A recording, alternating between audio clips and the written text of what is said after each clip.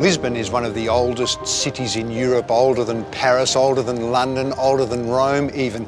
And it's the only European capital to be built on both a river, the Tagus, and a sea, the Atlantic. This is very much a city that ebbs and flows with the tide and shimmers with the most extraordinary light. It's a light that is trapped and reflected by Lisbon's 7 surrounding hills. It's a light that is mirrored upon the surface of the river. It's a light that bounces off the pale colours of the sandstone buildings of the city. The name Lisbon comes from the word Lisipo, which means enchanted port, and that's exactly how this city feels.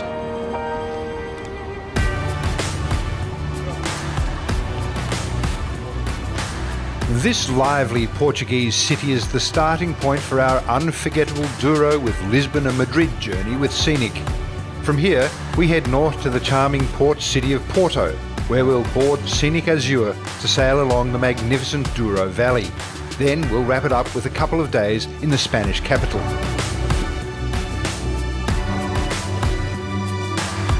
As Portugal's capital, this colourful city has all the grand monuments and stately cathedrals you'd expect. But this here is its heart, Rocio Square, or Praça do Rocio, as the locals call it. This is Lisbon's main square where the workers come to protest, where buskers come to howl, where tourists come to get fleeced for expensive coffee.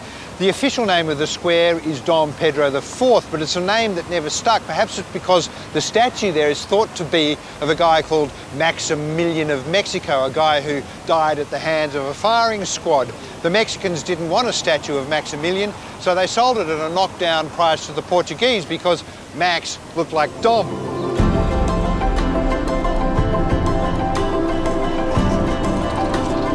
Down toward the river is the Hieronymus Monastery, a 500-year-old masterpiece with a history as impressive as its sheer physical size. It took over a century to build, but the chapel itself dates back even further. It was King Manuel who built the church?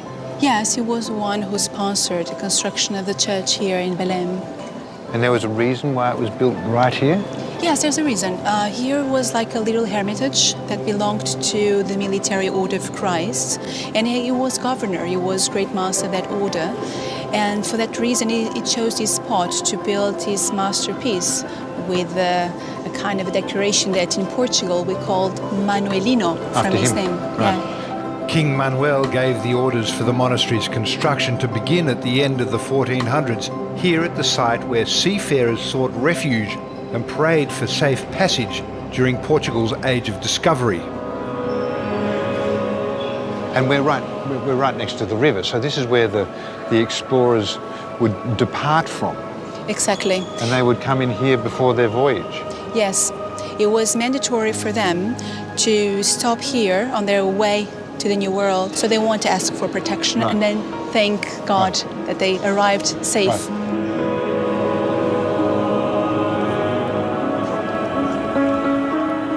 You just cannot underestimate what these guys achieved, really. They opened up Europe to the rest of the world, really, didn't they? Europe, no, the Via world. the sea. The known world at the time, exactly, because other people tried to circumnavigate the world, but they never found the passage. Yeah. And that's pretty much what we did. We found a passage from the Atlantic to the Indian Ocean. The monastery not only has an important connection to the empire-building era of which Portugal is rightly proud, it's also uniquely connected to another famed Portuguese creation. It's a creation that simply would not exist were it not for a particular monastic laundry requirement. The Portuguese are known the world over for their great explorers, canned fish, and, well, most importantly, for the creation of these delectable delicacies. In Portugal, the monks had to use the yolk eggs to, to do something, to eat. And they invented the custards, with the yolk. Why did they have the eggs in the first place? Well, the thing is that they needed the white part of the egg to steep the clothes. So they used the whites as starch for their costume, right? Yeah. Right. And so they needed to do something with the rest. And then they started just inventing things, and mostly custard, sweets.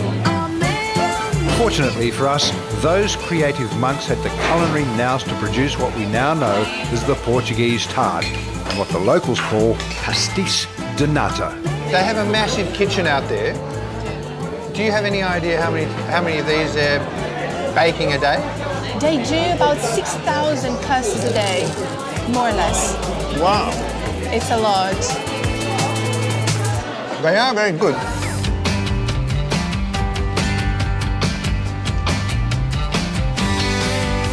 Portugal's capital of Lisbon has developed as an open-air museum of sorts dedicated to the country's domination of the seas and great naval discoveries.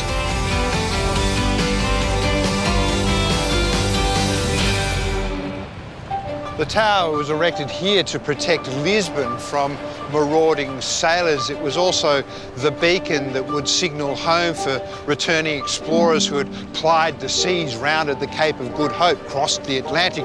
It's also where you'll find the first European stone rendering of a rhinoceros. The story goes that the rhinoceros was sent out from the Portuguese colony in India because King Manuel of Portugal had read that in a fight between a rhinoceros and an elephant, the rhinoceros would win. So, being king, he staged the fight in the grounds of the palace. Now, I know you're going to want to know who won. Well, the elephant was completely disinterested and walked away. Belém Tower is just one of the monumental highlights of Lisbon's Belém district, home to some of the country's most iconic and important tourist sites. After a morning exploring, Scenic will deliver you here to the Maritime Museum, now regarded as one of the most important museums of its type in all of Europe. So this is the result of Henry the Navigator's work, really, isn't it? Yes, it is. Actually, it's a very good summary of everything that the Portuguese did in the entire world. We have all the routes heading to India and China and Japan, even to Brazil. It's an impressive collection of over 17,000 items, from maps to model ships and sailing instruments dating back hundreds of years, and telling the story of Portugal's pioneering role in world exploration. They're very intricate models, aren't they? Brilliant models. Yes.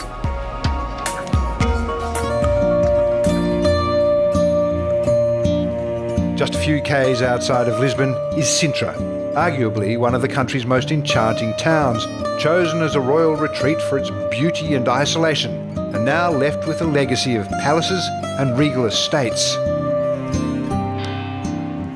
Sintra is living proof of why it's good to be king. I mean, look at it. It's a fairy tale village of great beauty, chosen by and restricted to royalty and their mates, where the king and queen set up palaces to party away from the minions in this cooler than Lisbon microclimate. And party they did, banquets of great excess, knights in shining armour, fair damsels of buxom righteousness, parades of elephants and peacocks, even the odd wildcat or two. Four-legged, of course. Yes, it was good to be king. As one would expect, Sintra's national palace is palatial, with lavish interiors that remain virtually unchanged since the Middle Ages. This is the room in which the king was caught kissing the most beautiful lady-in-waiting. Word got back to the Queen, Philippa of Lancaster. He had to explain himself. He said his intentions were good. It was for good. He was so enraged at the gossiping among the ladies-in-waiting, of which there were 136, so he painted 136 magpies on the ceiling, magpies being the warbling bird. In their beaks are the words "Por Bem," meaning for good, and in their claws are the rose being the emblem of the House of Lancaster. It still has all the fascinating detail from 5 centuries ago, including a kitchen that allowed for the preparation of meals for hundreds of guests.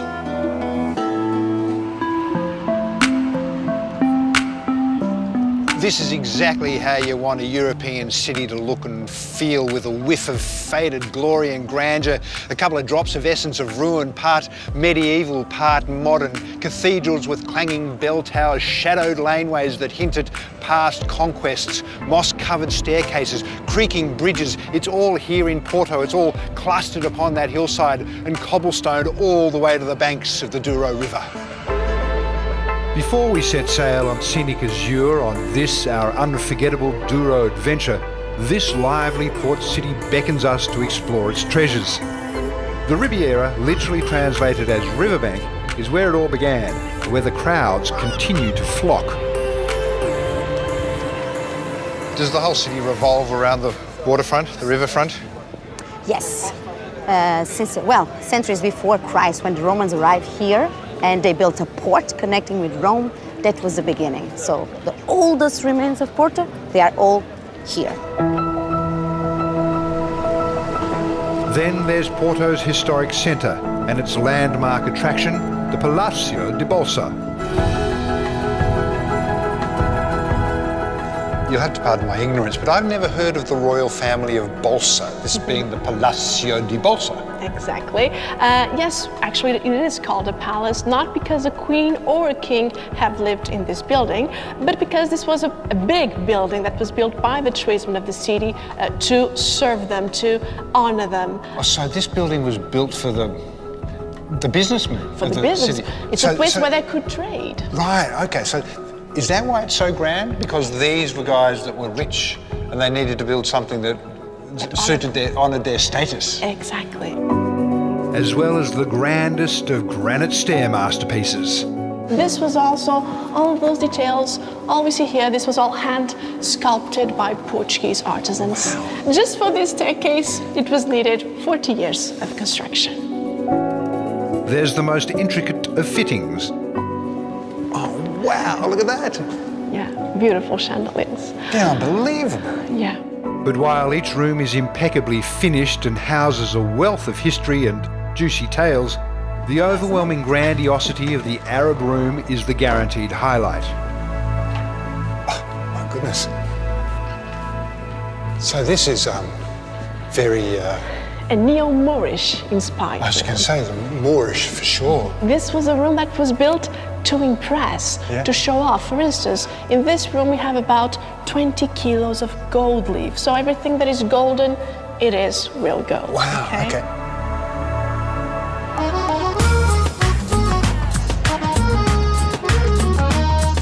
From most vantage points in Porto, you can see the famed Douro, Porto's lifeblood, and indeed the reason for the city's creation. The Douro rises 900 kilometres to the west in Spain. It crosses the Portuguese border and then carves its way through 200 kilometres of arid hillsides and tight valleys to empty into the Atlantic just here at the port of Porto. It's wine country. Well, it's port country to be exact, so named after Portugal's port of Porto, where they would transport port to the port to export to ports of import looking to import port. And it's along the Douro that we'll be travelling on the scenic Azure. Before we set sail again, we take a scenic free choice tour to uncover that rich port history that Cockburn cellars. You know that Douro region, it's so unique because it's a single place in the world where you can find and produce this kind of sweet and fortified wine. Why? Why? Because you need three things together to have the best grapes. You need the river, the Douro River, you need the mountains, and you need the ground, that special stone, the schist. And combined together, they make the perfect grapes for this amazing wine. Cockburn's holds one of the greatest collections of oak barrels and wooden vats of any port cellar in the world, with seasoned and aged oak at the heart of its premium port production. But as always, the proof is in the port glass itself. So this is a 20 years. This is the 20? Yes, this is a 20, and the average of the blend is 20 years. Right, okay? This is syrupy and... Yeah.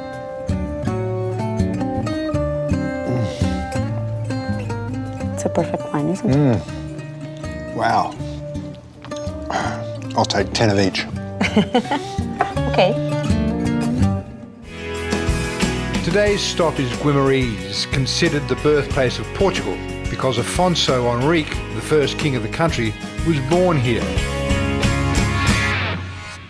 The town's two main drawcards are its 1,000-year-old castle and the Ducal Palace, originally built as a manor house for the dukes of the time. Whoa. banquet room? Banquet room. That used to be old banquets and feasts. Yeah. And you get a lot of people in here, don't you? It's Yes. a lot of lunch at that table. And that's an amazing ceiling. That's like the hull of a boat. A boat, yes. The boat builders used to make these ceilings. Another massive room. Exactly. You see the holes over there, next to the fireplace on the top. They were from the Duke chamber, so we'll be able to see everything from what's going on this room. So they knew everything about who's going to date who or something like that. They're spying right on here, they're spying here. So, and when it was crowded, they come down to say hello to everybody. They know everything. Oh, okay. So the first Duke of Portugal was a voyeur. It was the first Facebook.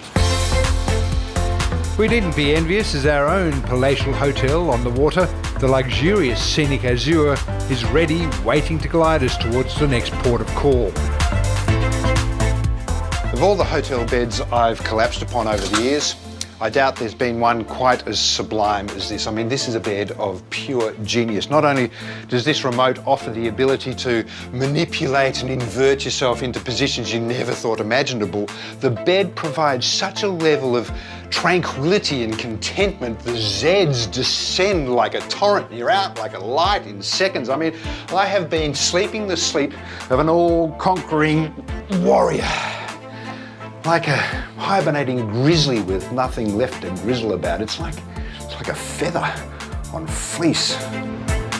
If you can peel yourself away from the magnificence of scenic Azure for just an hour or two, the Douro Museum is just across the road from our docking point in Regua.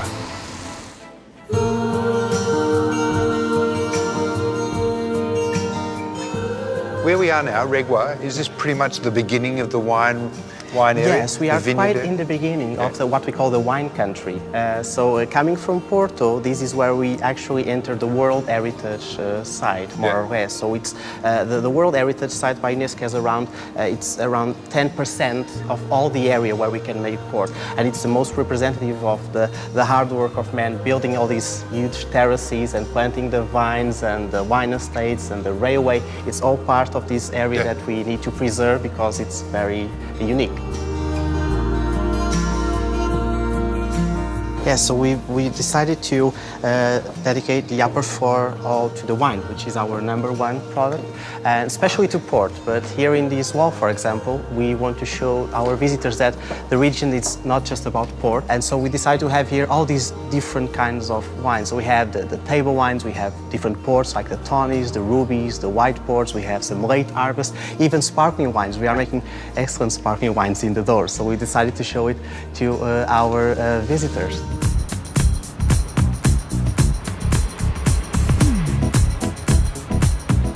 If there's one thing that's immediately evident about Portugal, it's that this is a quietly proud country with so much to crow about, with their history of discovery and exploration, with the subsequent enormous wealth, with their gentle but magnificent influence around the globe. Any other nation would be strutting about with their chest puffed out, bashing your ear. Not here, not the Portuguese. It's almost as if they're apologetic for all they've achieved. They're proud and they're passionate, but they're mellow and they're modest. I mean, what's not to like? And then there's their port. Any country that is able to create a drink that has the effect of an angel fluffing her wings and batting her eyelashes upon your tongue, who's certainly got it sorted. And there's still plenty of Portugal and the Douro yet to discover.